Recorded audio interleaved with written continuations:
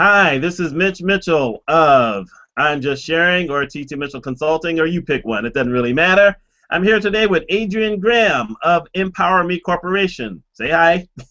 Oh, And basically, what Adrienne does is she works with people and entrepreneurs and whatever to help their businesses get going and do well. And she's basically a serial entrepreneur. Boy, I'm gonna have trouble saying that thing throughout the entire presentation. I can tell already. But she's very helpful. She's started a lot of businesses on her own. And before I get into all that, I just want to mention a few things about the star that we have here. For instance, she was one of the 2013 Hiscox Small Business Stars. And, she has her Hiscox. Boy, there's another word I can't say. How do you say that? Hiscox. Hiscox. Okay, I was close enough. Small Business Blog. Women Who Inspire 2013.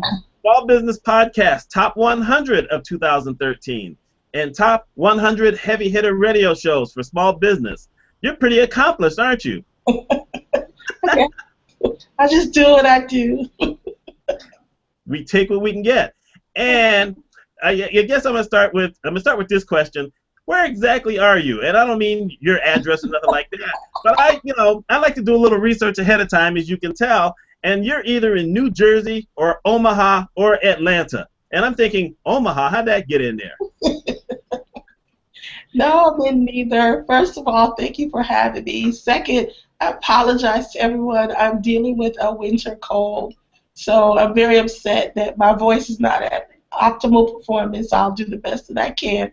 And I'm in sunny Florida right now, believe it or not. You're where? Sunny Florida. You're in Florida? Yes, I am. I'm on Are you on vacation or you living there?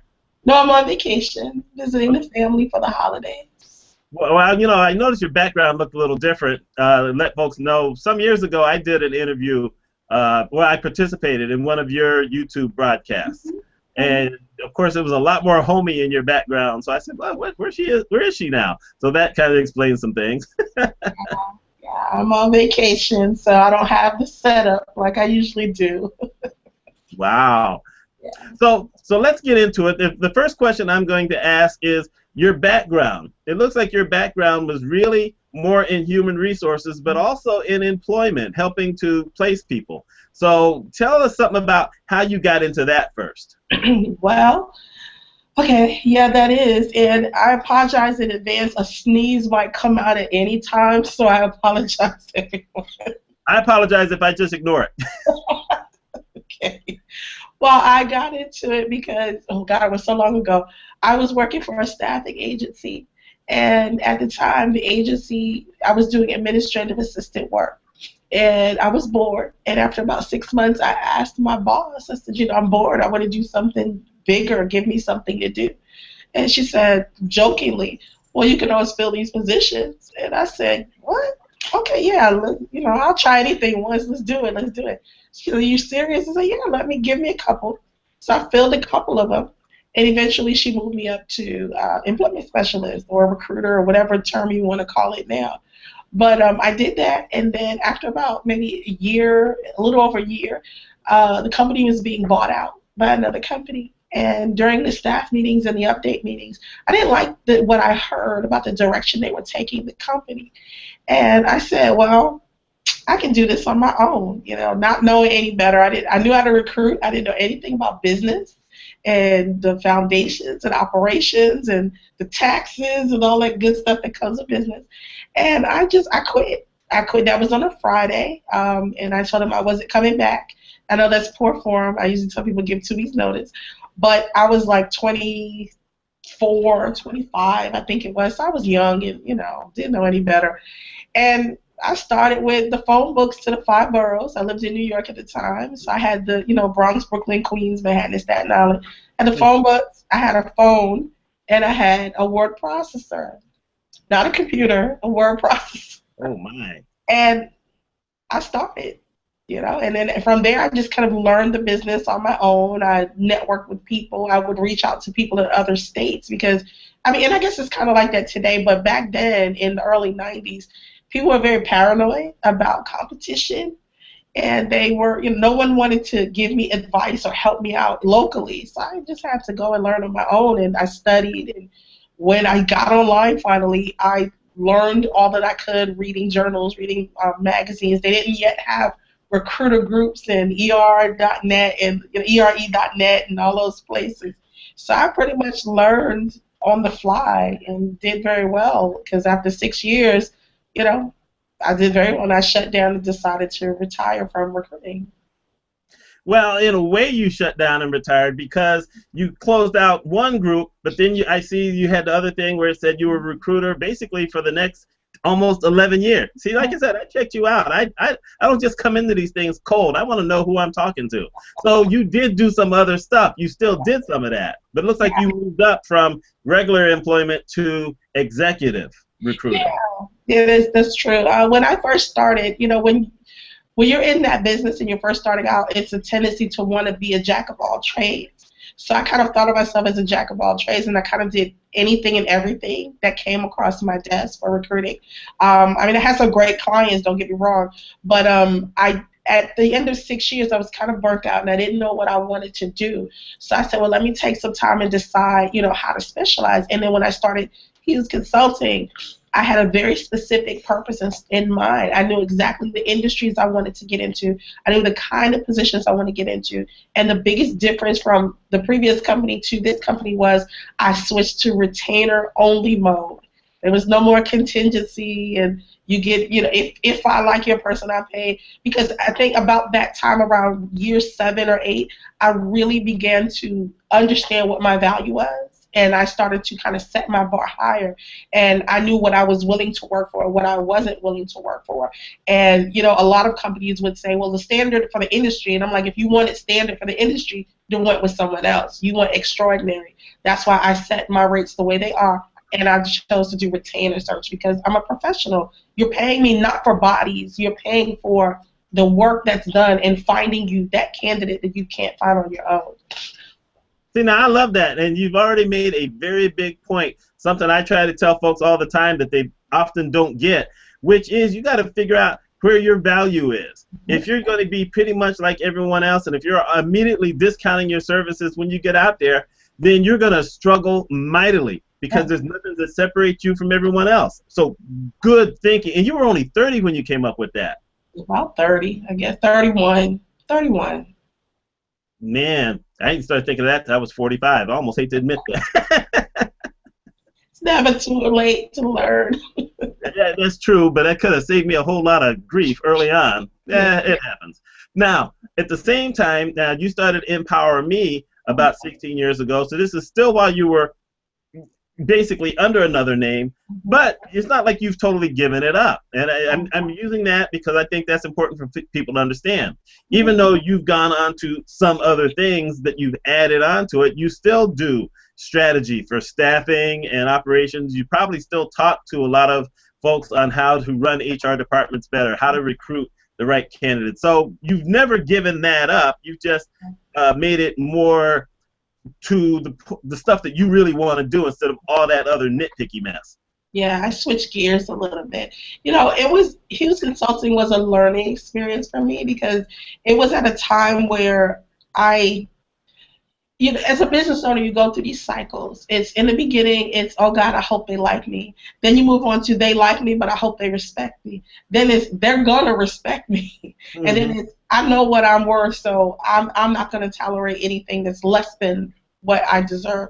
And I went through those cycles, and I kind of, although I cut my teeth on my first company, I grew up with my second company. And when I launched Empower Me, I was kind of burnt out on recruiting as it was. I didn't want to fill positions anymore. So Empower Me gave me kind of an escape. I started working with Black women-owned businesses and helping them to kind of find their way. And then it kind of opened up to all women, then expanded to open up to everybody. And over the years, we've kind of refined. I think I did a blog post recently about that. But it's refined over the years.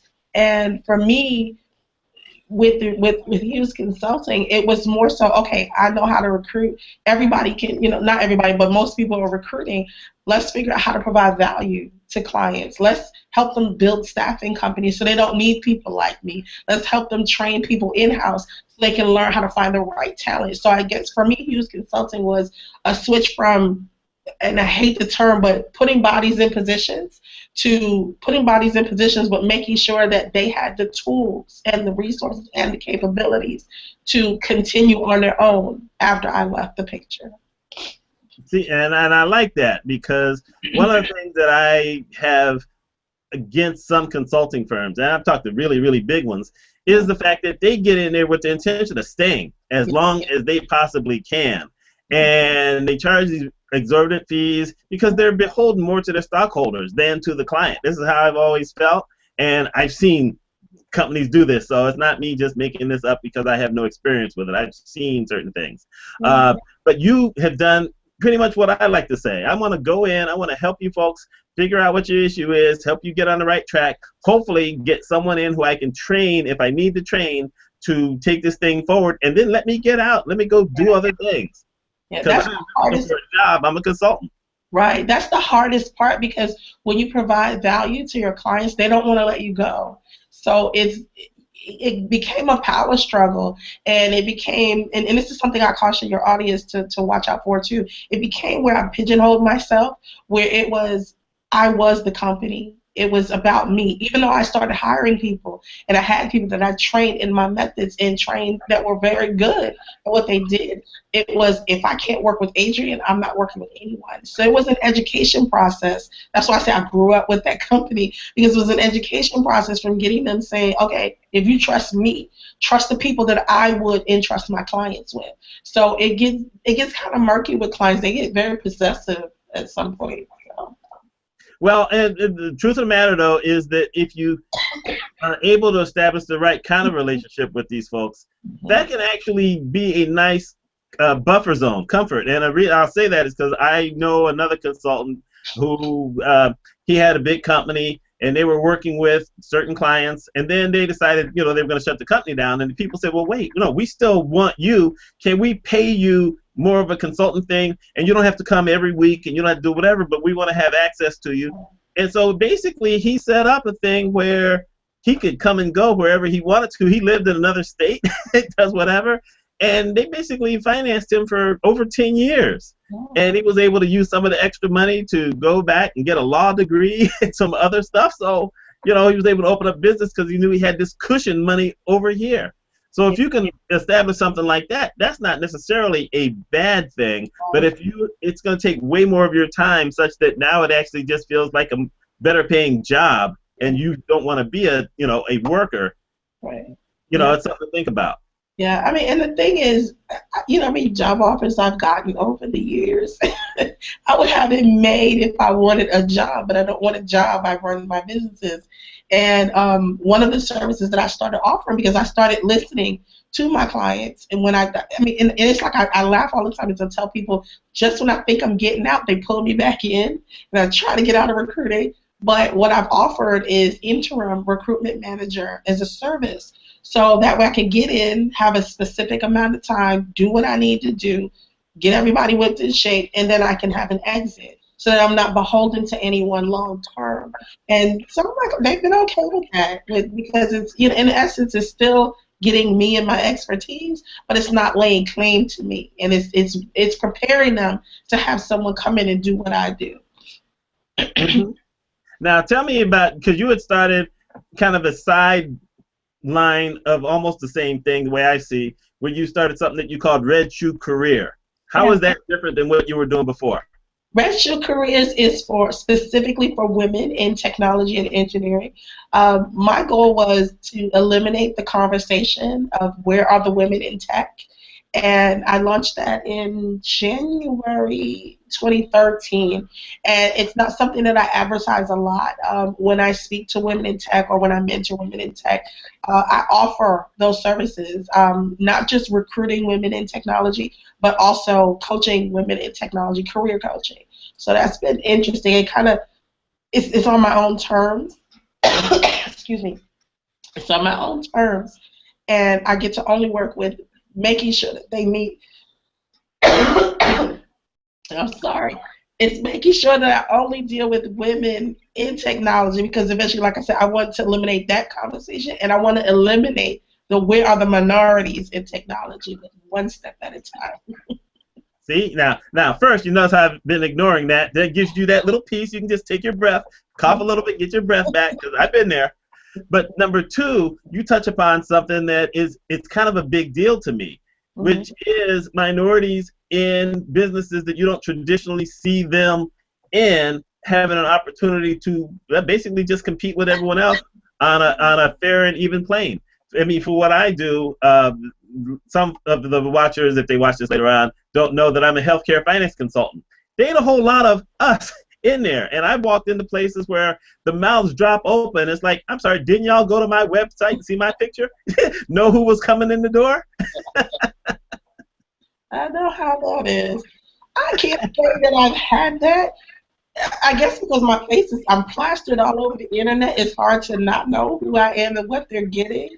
So I can't say I've experienced the same thing, but I do have colleagues that have experienced the same thing. So, yeah. It's kind of funny, and I always say, y'all didn't really think I was that redheaded guy who was playing drums, did you? You stopped there, named Mitch Mitchell, I mean, he's gone now, but you just never know about folks. Yeah. So like I said, so you've accomplished, in one way you've stayed with your focus, your core focus, but that's not all that you're about. And this is where we're going to get into the rest of the things, in the fact that you are what I'm calling a serial entrepreneur. Yep. And in a way, you're somewhat like me, but I think you've taken it to a different level. Because even though I'm a healthcare finance consultant, I've been a writer, not just books. I've written tons of articles, blog articles for a lot of people. I do leadership and diversity training. I've spoken in 9 different states on that. I ran an SEO company for a few years. I just shut that down in December. SEO, creating websites. I can still talk about it, but whatever. And I talk finances. I've done budgeting for people, and I have a finance. So in other words, I have those types of things, but it's not really the same kind of thing the way you've done it. So after you cough that next time, tell me what got you interested. I mean, at what point, and I'm betting it was around 2000, did you start saying, maybe there's other ventures that I can do that will help me generate money, and basically I still get to work for myself? Yeah. Well, see, I keep muted. I try to mute myself when I cough, so. No problem about that.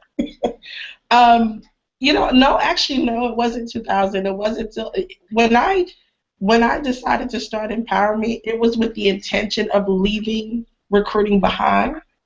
It just didn't work out that way. I'm going to say the first time I considered myself a serial entrepreneur was maybe 2009, I want to say. 2009, because that's about the time I released my first book in 2008. And between 2008 and 2009, it was my first time I considered media and publishing properties for my company.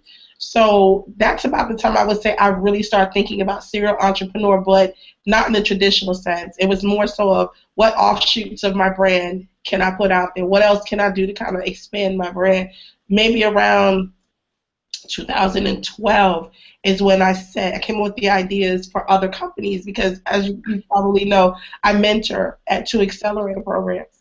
One in Omaha, that's where Omaha came from, and one from Tampa. And I listen and I watch these incredibly talented young people and even some older people my age, who are just coming up with these ideas and want to launch these businesses and just feel like, you know what, we're going to go all in. We'll go all in that in. And I stepped back and I looked and said, okay, I've always had more than one thing going on at some point in my life. All of the stuff that I mentor people about, all of the things that I teach my clients and do for my clients, now let's turn around and put myself in the startup phase. Let's take those principles and apply them to my own life and my own companies. And that's when I first came up with the idea of Curvy Girl Closet, which came up with the idea in 2012, but I launched it this year. And last year, my sisters and my sister-in-law, we decided to start a business together, a luxury romance concierge service. And it gave, I don't know what that means. Well, we have a combination of things with it. It's called Busy's Place. Think of it as if, okay, well, we do romantic travel planning for couples. We do getaways, like if you want to do bachelorette getaways, girlfriends, weekends in Vegas, things like that. We do intimate dinners, plan, concierge service, planning, big events and romance. We also have an online boutique with lingerie, shoes, and accessories and bedroom products. And we also have an edibles line coming out with cakes and candies, where we're going to be doing some drunken cakes. That's the politically correct way to say it. I don't even know what that means. Is that liquor cakes?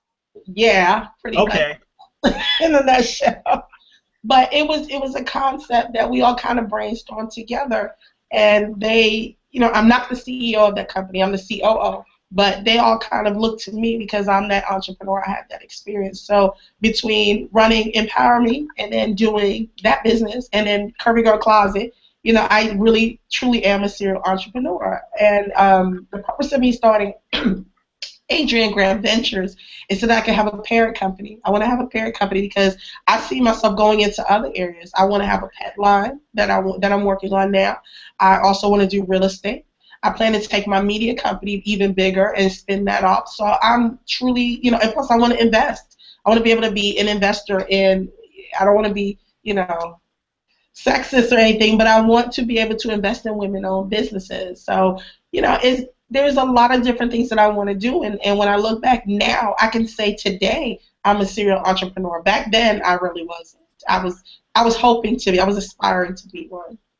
Well, to be sexist, you'd have to actually be going to try to put someone else down. That's more so. So you ain't being sexist. You're just trying to empower other women and help them to get established. There's nothing wrong with that. There's a lot of different types of businesses, small business, minority businesses, who need sometimes a little lift, even if it's just the mentor thing, which is one of the other things that you do with your mentor program. So there's nothing wrong with that at all. Of course, I love how I was reading about you and your dog ended up in Black Enterprise magazine. What the devil is that? Yes, he's here now, as a matter of fact.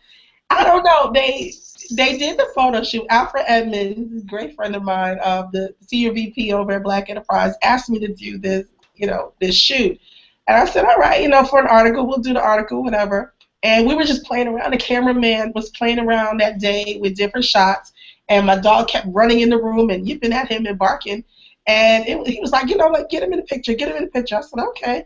So I picked him up. We, had him in the picture, posed him a couple of poses, but I didn't think it would make it in the magazine. I didn't know until the issue came out, and Alfred put out a tweet and said, "Hey, introducing Jose Cuervo, oh yeah, and Adrienne Graham." And I'm like, what?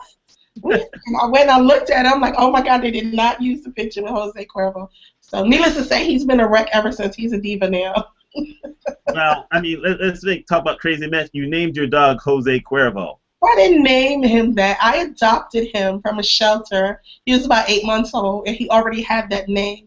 So I didn't feel the need to change it. And plus, his personality is that of a Jose Cuervo. If you met Jose, and some of my viewers have had the chance to meet him, they can tell you he is true to his name. He is a Jose Cuervo. Okay, I don't know who Jose Cuervo is. Okay, I'm Tequila. Some guy. Yeah, what? Tequila. Oh, okay, and I don't drink. That's why I don't know who that is. Okay, should have known.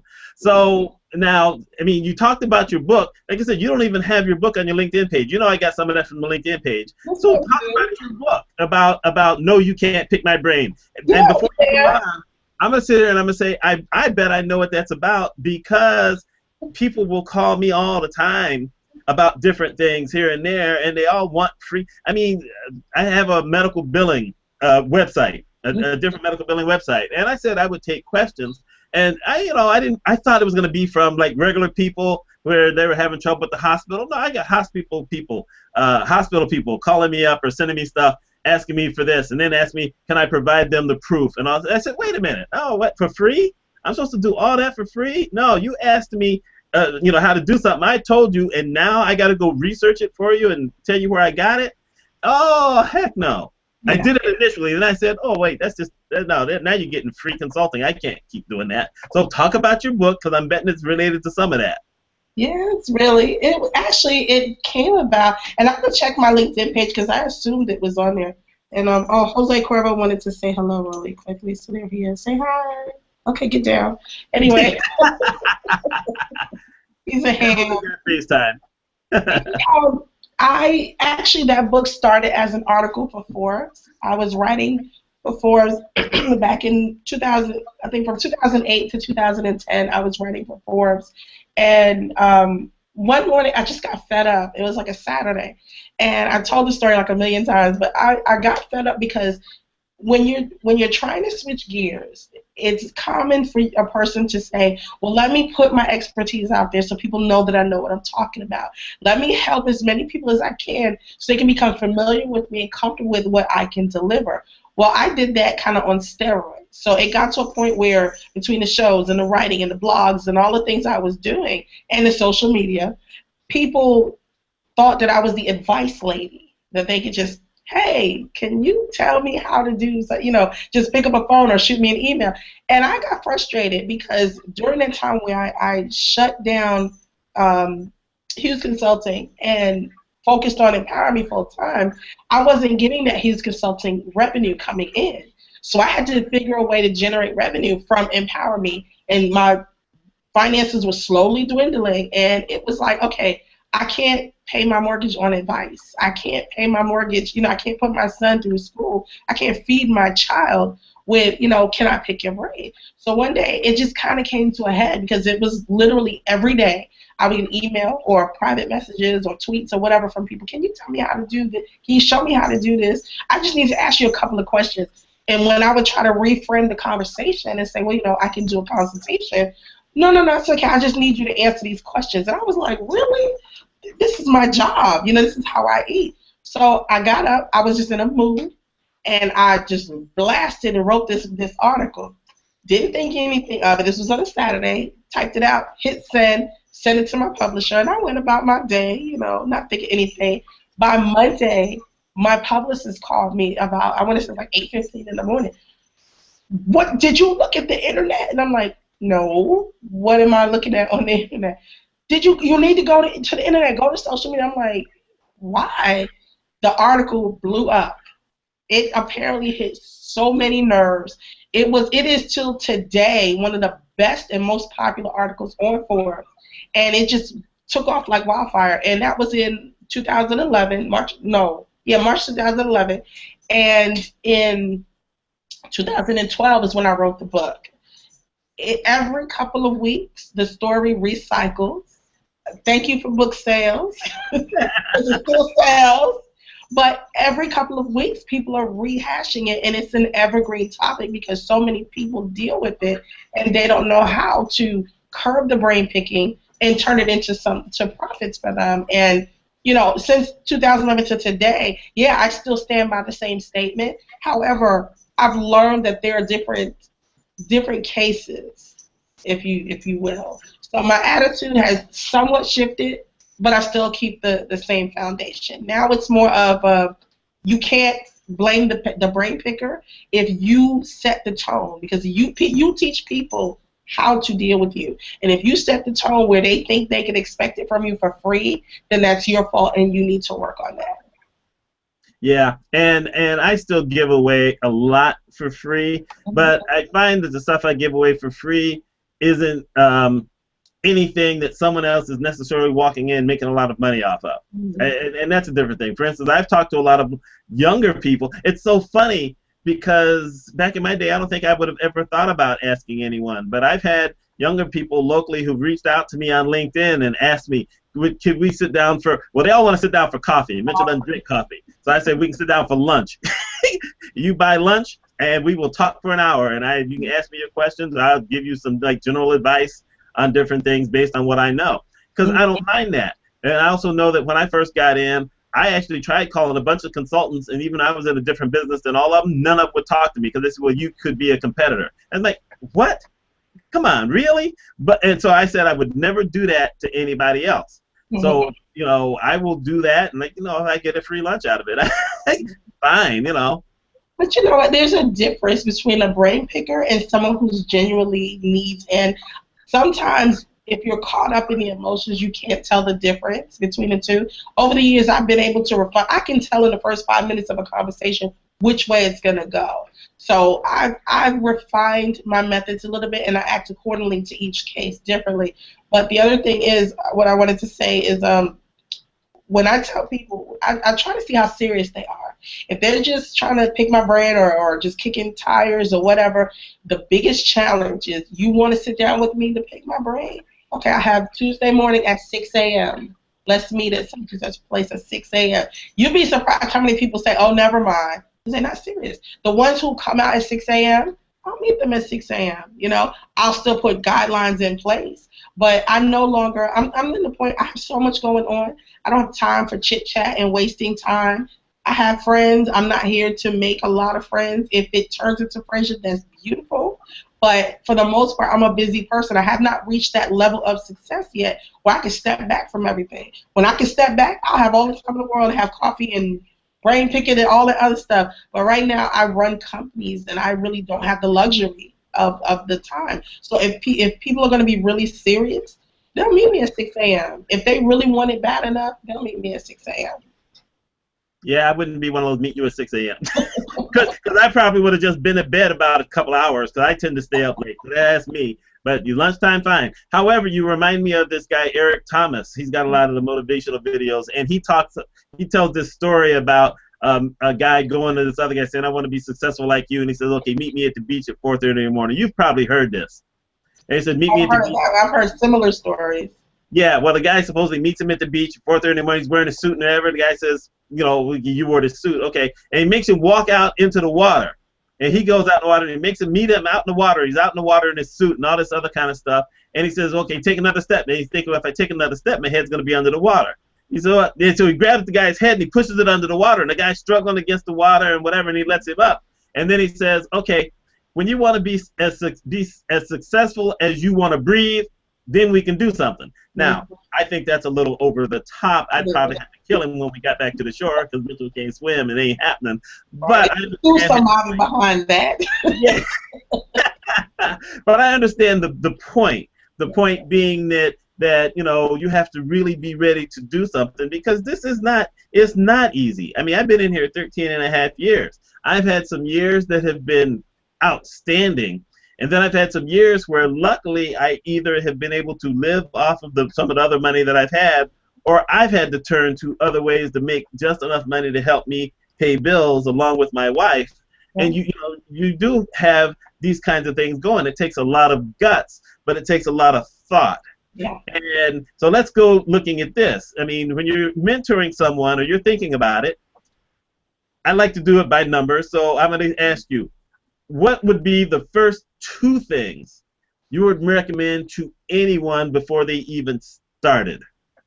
Started what? Starting a company? Yeah, or entrepreneur, deciding I'm going to try to start a new business or whatever. I mean, besides the fact that you would say if you're already working, don't leave your job first and then go do it. No, I don't say that. No, I don't say that. I don't tell anybody that. And I'll tell you why. Because you can't split I believe most people cannot split their attention.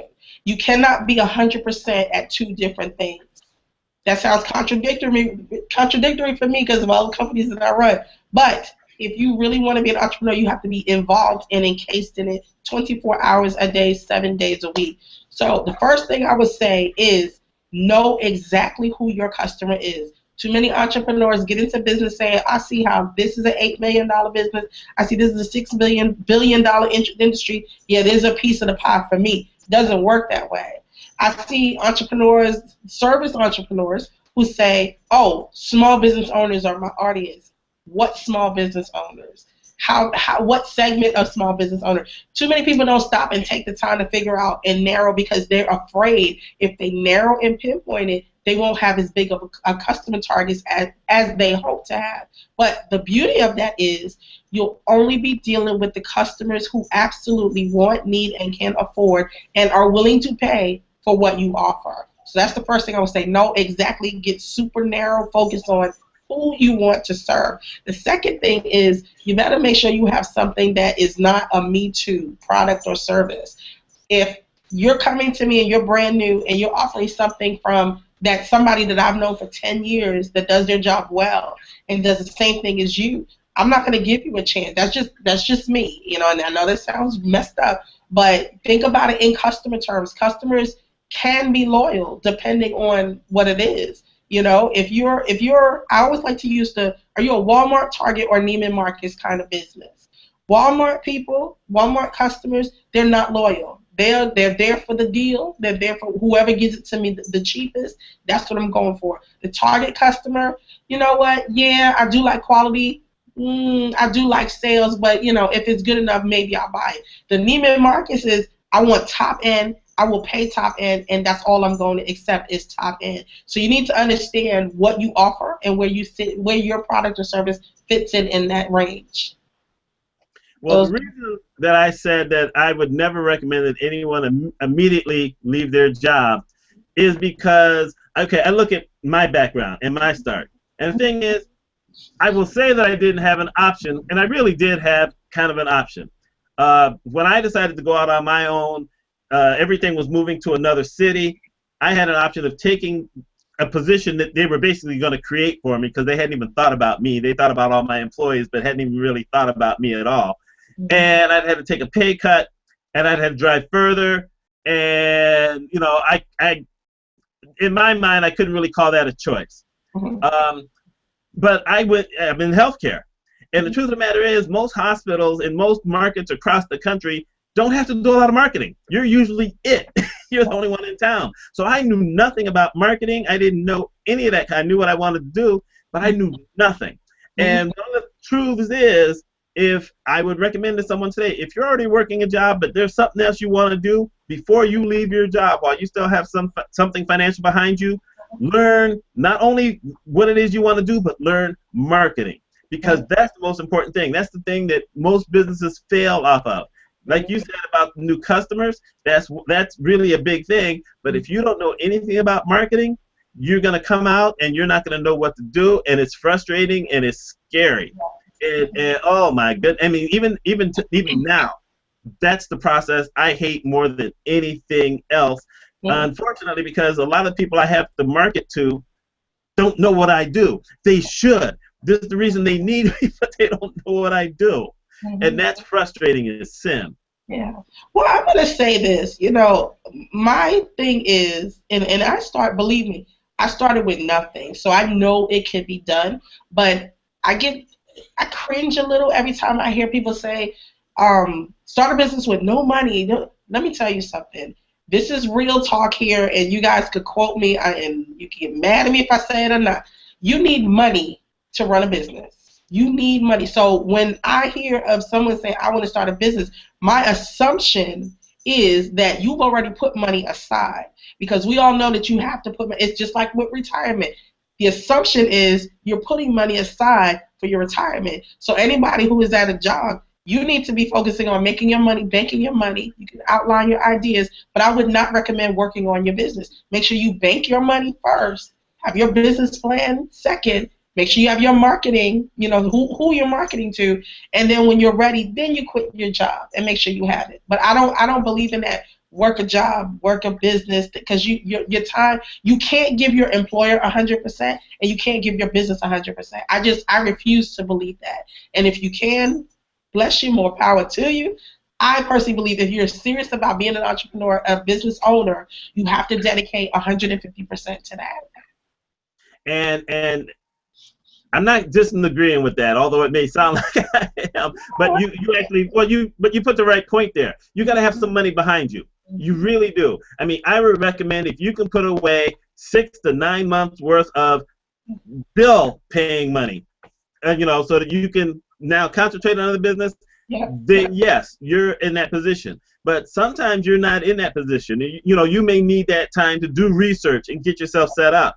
And I'm going to mention 2 things. We got Laurel Langenmeyer, who wrote the book The Millionaire Maker, who, that was one of the things she talked about when she goes in and works with people. She says, okay, let's see what skills you have that maybe you could turn into something that you can make some money while you're doing this, and you might even find out that you can make more money doing that, or the same kind of money doing that you do on your job, and you can go and become an entrepreneur where now you can get tax breaks you can't get because you're giving to someone else. That's part one. This is while people are still working.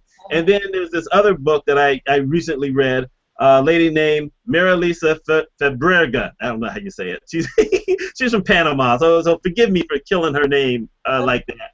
But I just finished reading her ebook called The 1 Hour a Day Plan, where it basically says that there are a lot of people who have succeeded greatly who started out basically saying, I'm going to find an hour a day to specifically work on this or to specifically research this one thing. And if you can find that, it turns into the equivalent of 9 work weeks a year.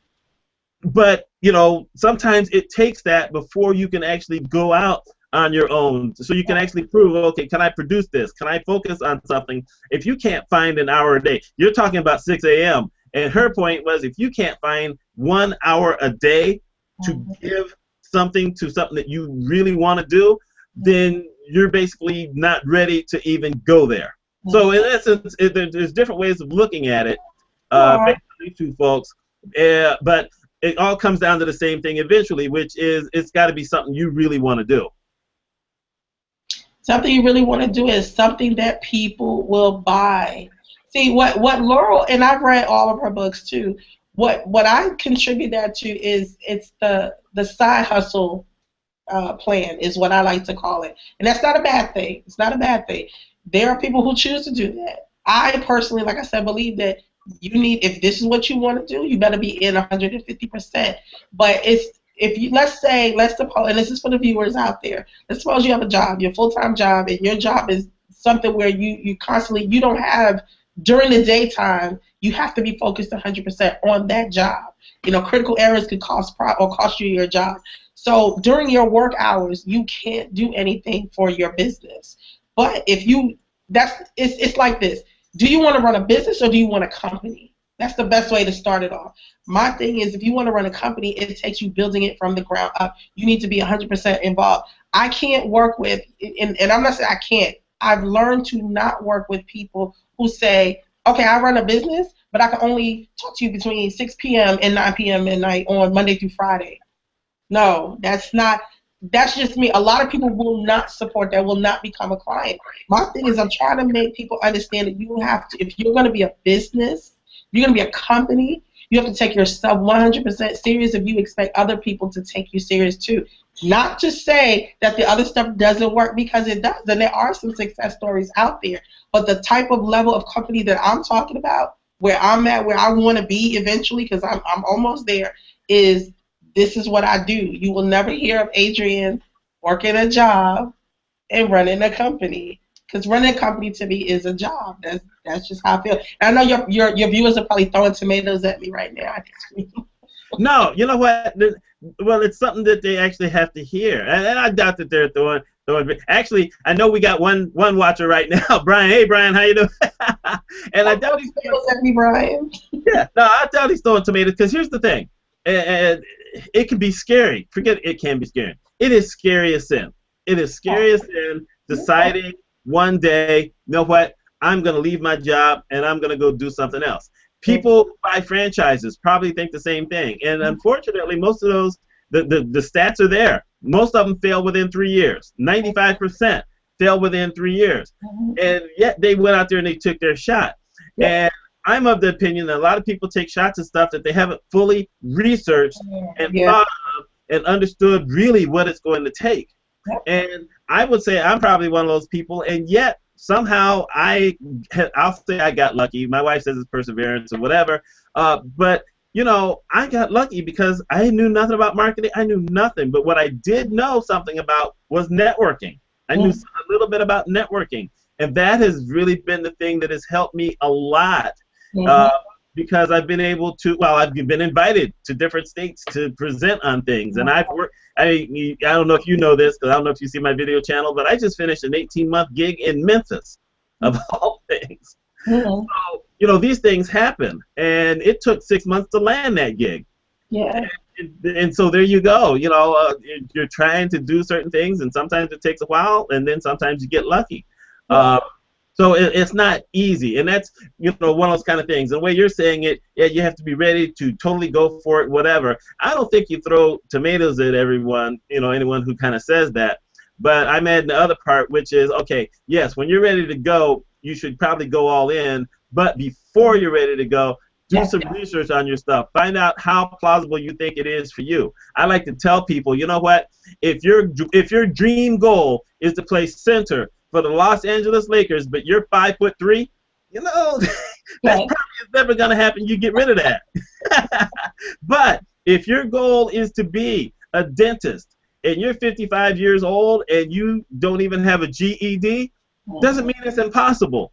But you're going to have to work hard, and you're going to have to find a way to finance the first part. And then you're going to have to work hard to get someone to let you come in and do an internship so that you can get to learn it. But it doesn't mean it can't happen. But you need to research it. And in today's world where you've got this internet, oh my goodness, what we wouldn't have given for an internet. Well, we had internet 10 years ago, but it wasn't as much stuff. Yeah, I mean, I started 2014 is my 20-year anniversary of being an entrepreneur. And, I'm probably gonna get myself in trouble, but I get tired of people trying to sell the dream that it's easy, 4-hour work week. And Tim Ferriss, much respect to you, and I get the premise. I read the book. I get the premise of what he's saying, but it takes a lot of preparation to get to be able to do that. And I get upset when I see these ads and these free webinars and learn how to grow a 6-figure business in 5 hours a week and blah, blah, blah. I work hard. I bust my butt for 20 years, and yet we have a lot more technological advances and the internet. I wish this stuff we have today, I wish I had that back if I had that back in 94, I'd probably be the next Warren Buffett right now. I'd probably be a billionaire if I had all of this back then, but I didn't. And the thing is that it's a blessing and a curse to have the internet and things like this, because it makes people lazy. It's like there's a movement out there of do less, earn more. And I don't believe in that. I mean, some people, if it works for you, more power to you.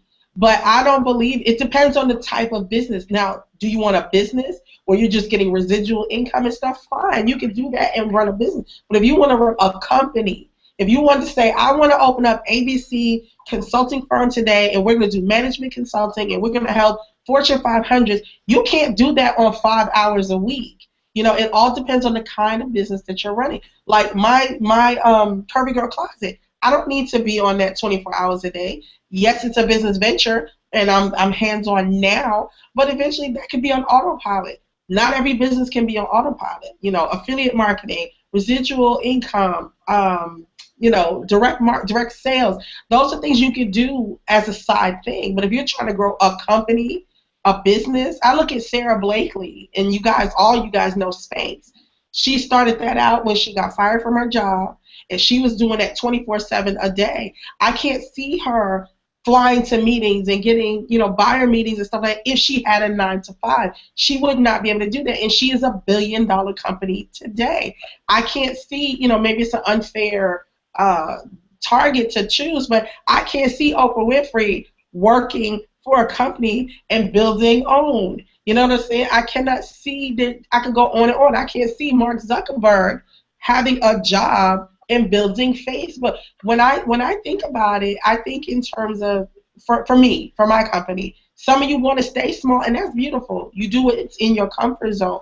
For me, I know the goals I have. I have a goal to become a $50 billion company eventually. I can't do that working a job.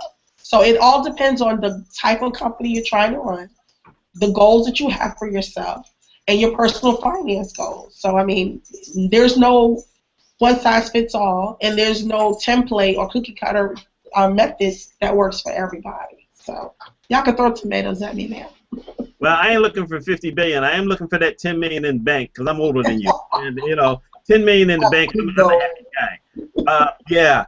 So my goal isn't as lofty as yours, but I mean, the one thing I want to point out, actually two things I want to point out. One, if you're going to be an entrepreneur, and it doesn't matter whether you're selling Mary Kay cosmetics or whether you're developing rocket ships, If you're going to do one of these kinds of things, it takes a lot of work. It all takes a lot of work. You mentioned Tim Ferriss in 4 Hour Workweek because I also read it. And there's parts of it that totally disenchant me. I'll just say that. But truth of the matter is, Homeboy couldn't have got to that 4-hour work week if he hadn't put in hours and hours and hours of stuff developing those pharmaceutical, I'm calling them pharmaceutical, the supplements, developing the gym, he talks about being able to go off and win this dance contest. How many hours did he have to put into that?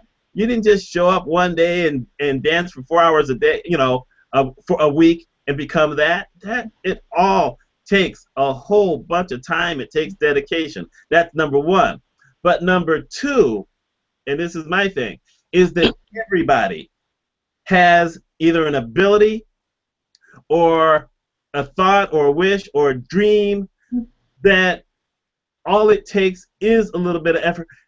And I'm saying a little bit of effort to at least think of the dream. I was talking to someone yesterday, and he's, I've known the guy for a bunch of years. One of the smartest guys I've ever met. But, he says, I live in a small town. There's not a lot of economic opportunity here. My mother's now older. His mother wasn't older when I met him. He said, I can't do this. I can't do that. You're one of the smartest guys I know. Dude, you can do anything you wanted. Open up your mind, expand to something. You can find something online, and maybe you start with that, and you help develop it into something. You've got to at least have the dream to do something. And I'm not. This is something I don't want to tell people. Just drop everything else and go and be an entrepreneur, because you got to first think about it. You should research it. You should find out everything you need to about it. You need to learn marketing. I tell everyone, don't learn sales, learn marketing. Now, after all that, go for it.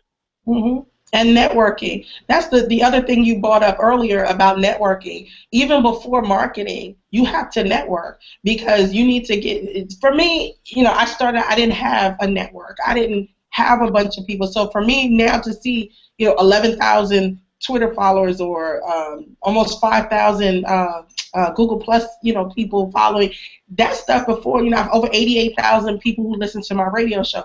That was so far from me. I never imagined that I would be able to have that kind of reach. I mean, that may seem small to some people, but it's very carefully cultivated, and it's a very, specific target audience. But back then, when I started in '94, was never imagined that, because nobody wanted to network with me. Once I started becoming more comfortable and I learned how to network, I knew the game. I figured out what I need to do, who I need to be around, and what's going to be, beneficial for me and for my company in the long run. And I think a lot of people are afraid of networking because they think they can't do it or it's cheesy. But I'm going to tell you, there are contracts that I've gotten from my company that were make or break. If I had not networked and had a relationship with those people before I went to them for that contract, I probably would have never gotten it. I could have had the fanciest marketing techniques in the world, but if I had not built that relationship, they wouldn't have even given me a second thought. So I think that even, I think when you say marketing, I think you should use networking in tandem with marketing. They go hand in hand in my book. So. Well, I'm saying you learn marketing because you need to know how to get out there. I think networking is one of those kind of things. I'm not the best networker. For everything. That's the truth. If I go to a live thing, I may be the guy standing over in the corner for about 10 to 15 minutes, taking in the room first, getting up a comfort level so that then I will talk to someone. But that's somewhat different than marketing. When you're marketing in the hospitals, who are part of my main clients, you got to figure that outside of my area, Richard, right here, there's 3 hospitals in town, but they all know me. The next closest hospital is about 30 miles away. And every other hospital is really, really far. I don't have the ability, the kind of money to just hop in the car and drive to a hospital 200, 300 miles away. So that comes down to marketing. So that's a different story. But if you've got your like a business that's in town where you can start off with your own hometown and then you could drill down and still have enough people, then networking becomes a really big deal. Because those are people you interact with. Not that you're necessarily selling to those people, but now you got to market to these people because they may know other people who can use their services. But that's why I go with marketing first, because marketing online is something that's really a big deal, but it is also really about networking. To me, that's what social media is really about, is social media networking moves into marketing, moves into potential sales and potential business. Yeah.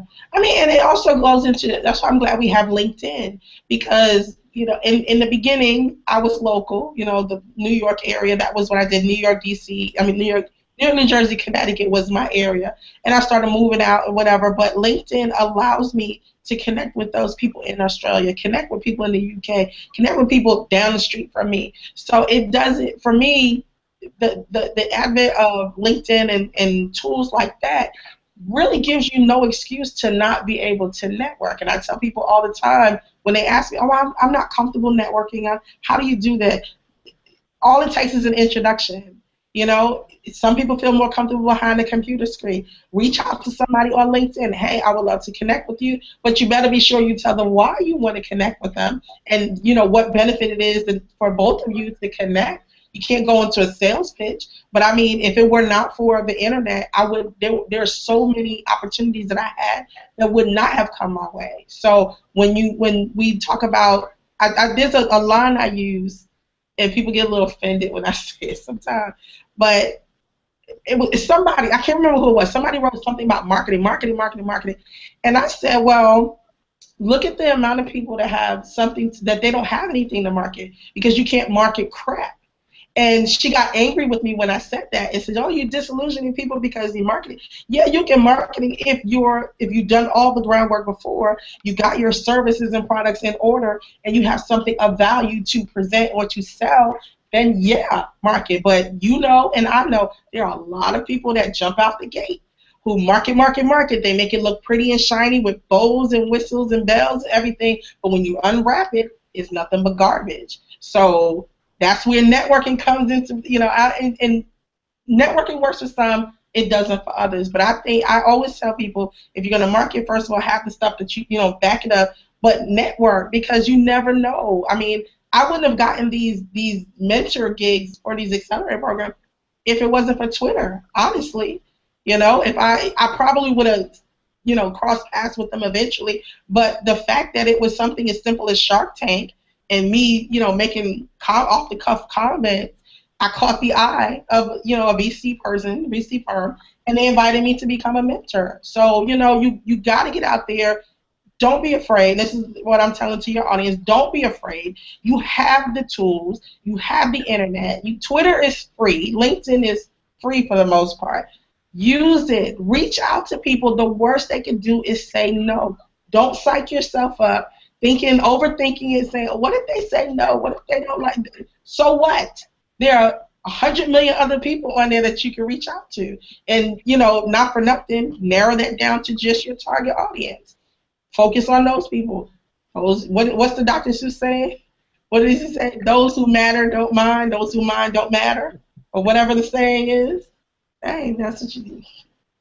That might be the NyQuil kicking in talking, but yeah. Oh, you took NyQuil instead of DayQuil. See, that's what happens. Because I'm about to take a nap after I'm done talking to you.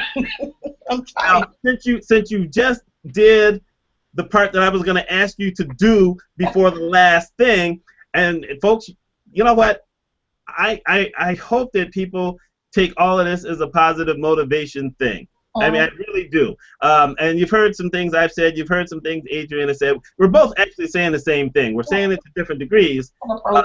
Because I tend to be a little more cautious with stuff, although, like I said, I jumped into entrepreneurship with no idea about anything, and somehow I've stayed this long, so I'll take that. So since you did that part, here's the final thing, so we can shut down. Tell everybody who Adrienne Graham is in your words. Tell them about your companies. Later on, we're going to put links to all the stuff that Adrienne wants you to have links to, your LinkedIn page, your Google Plus page, your Twitter page, if you want to put all that, link to your book, whatever. We're going to put all that stuff down below, but you get the final words. Go for it. Who is Adrienne? Adrienne is someone who's passionate about people doing entrepreneurship right. I want to see more companies succeed. I want to see more small businesses thrive and grow and prosper, regardless of what the economy tells them. I want to see companies and small businesses be able to help and support each other, and that is the underlying tone of what everything that I do with empowerment with my companies and my media properties. I consult small businesses. I help them become companies by setting up the infrastructure. I'm an author. I'm a show host. I'm a mom. I am that feisty person that's going to tell you when you're wrong, if you're doing it wrong. But I offer constructive criticism with the intention of helping you to do better. I never throw out, you can't do this or don't do this without telling you why and giving you steps to how to do it. So that's who Adrienne is. And a very sick person right now. And we'll take that. Yeah. So, folks, we've had a wonderful hour, and I hope it's only been an hour because we had trouble getting on earlier. Okay, I had trouble getting on earlier. The camera didn't like me. My technology seems to be failing as the year is ending, so I have to figure some stuff out. And anyway, Adrienne, it's been wonderful talking to you. I'm so glad that you were able to get out of the sick bed, although you're down in Florida right now, so I don't know how many people are going to be sympathetic with you. It's snowing here. Well, I can't enjoy the weather. I'm sick. Yeah, I've been there too. So anyway, folks, we're going to have the links to Adrienne. I may even pop in the link to the one time I was on her program because, you know what, I might as well get my little benefit too out of this as well. And we thank you for this. I'm so glad you did. You're the final interview of the year, and I'm sure it's going to be great. And I hope you go back and watch it yourself, and I hope that you think that you said everything the way you wanted to say it. I hope so, because I'm sick as all get out. So, like I said, this is Mitch Mitchell, either I'm Just Sharing or TT Mitchell Consulting Incorporated. You take your pick. I will see y'all next time. Thanks for coming.